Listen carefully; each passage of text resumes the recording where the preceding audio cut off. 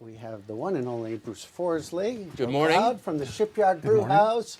And Shipyard, and of course, you brought some beer with you. You bring a lot of beer when you go visit people, don't you? When I finish my coffee, Yeah. we can share a beer.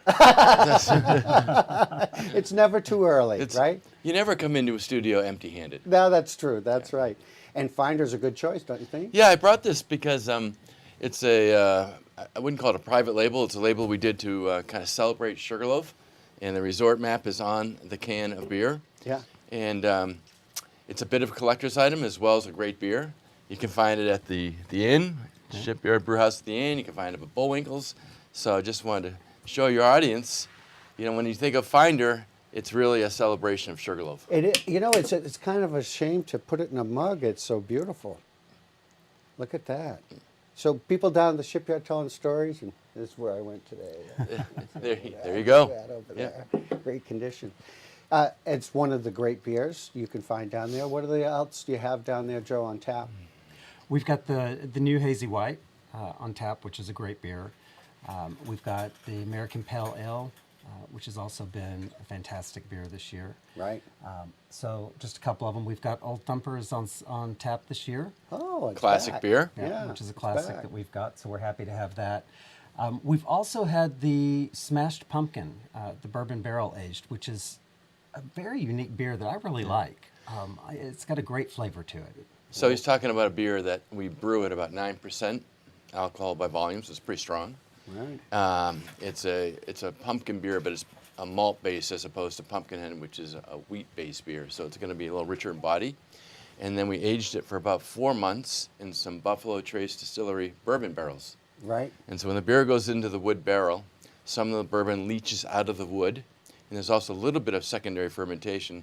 So by the time we take the beer out of the barrel, it's now up to, is it 11.5%?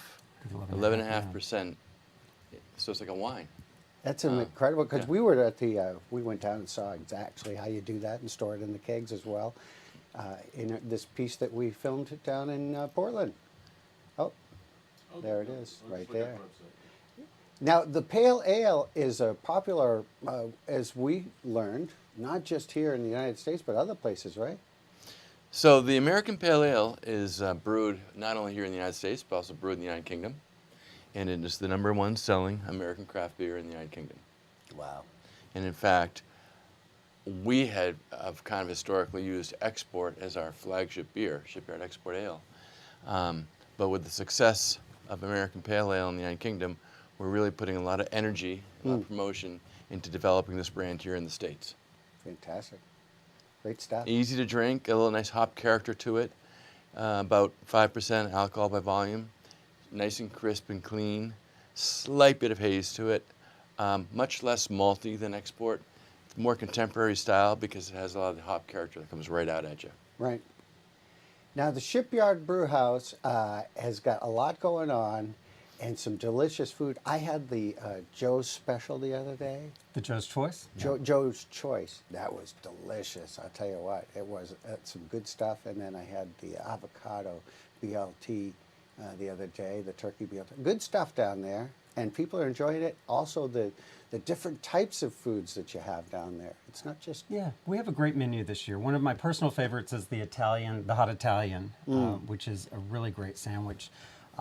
We've got prime rib on the weekends, which has been very popular, as well as on Wednesdays we've been doing Jamaican Me Crazy, which is the Jamaican chefs are doing some different menu items, which have been really popular. So and great. authentic.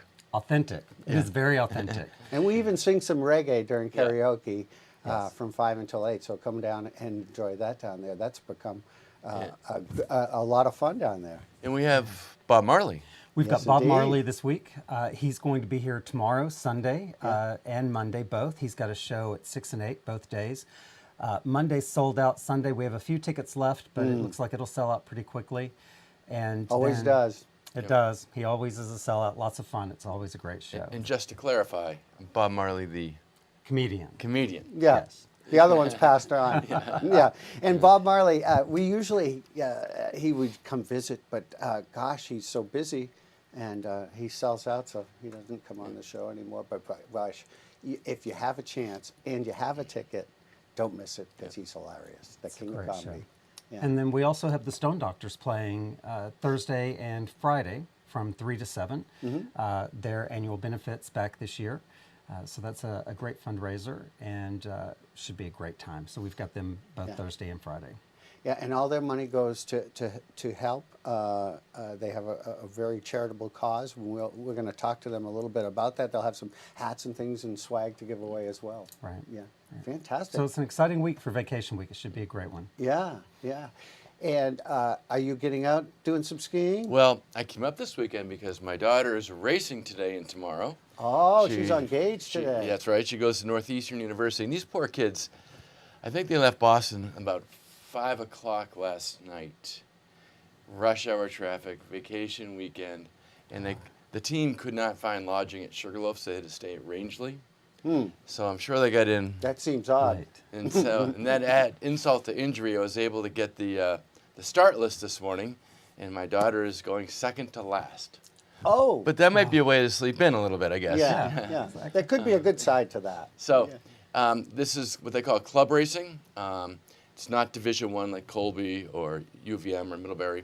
It's next tier down. Some of the schools will be Holy Cross, Tufts, Connecticut College, Northeastern, Worcester Polytech.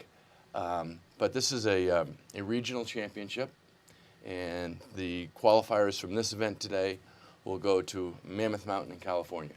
Wow. So it's a pretty big deal. You'll see some great skiing. Yeah. All these kids who are competing have, probably all of them have had ski academy training. So it's going to be exciting. So I'll be out there on the You know, on the that snow. new T-bar, I talked to one of the coaches from CBA, and they said it's making a huge difference. People are getting lots more runs in, Yeah. and this has become even a better race mountain. Well, it's all about repetition, Right. as I'm told. That's right. As I'm told. Very nice segue, by the way.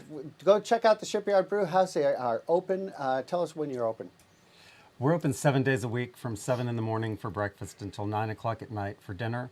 And then the bar is open until last person goes home or 1 a.m. And what people might not know is you can buy beer to go there. You can buy beer to go. We've got the Finder to go and several other of our brands Right. there that you can take with you out of the cooler. Right? So even We were late just at night. talking about that in the ride over here. We were. You know, Yeah, if let- kind of the beneficiary of COVID was the state made an accommodation to allow consumers to pick up alcoholic beverages with their meals and take home. And they extended that law just recently for another 2 years. So yeah, come down to the brew house. Which is great, you know, because we were the first prohibition state. We've come a long way. We certainly have. Thank you very much for Thank you. being Very here. welcome. We appreciate Appreciate it. it. Always Thank a pleasure you. to see you. Thanks for spending Enjoy the time. beer.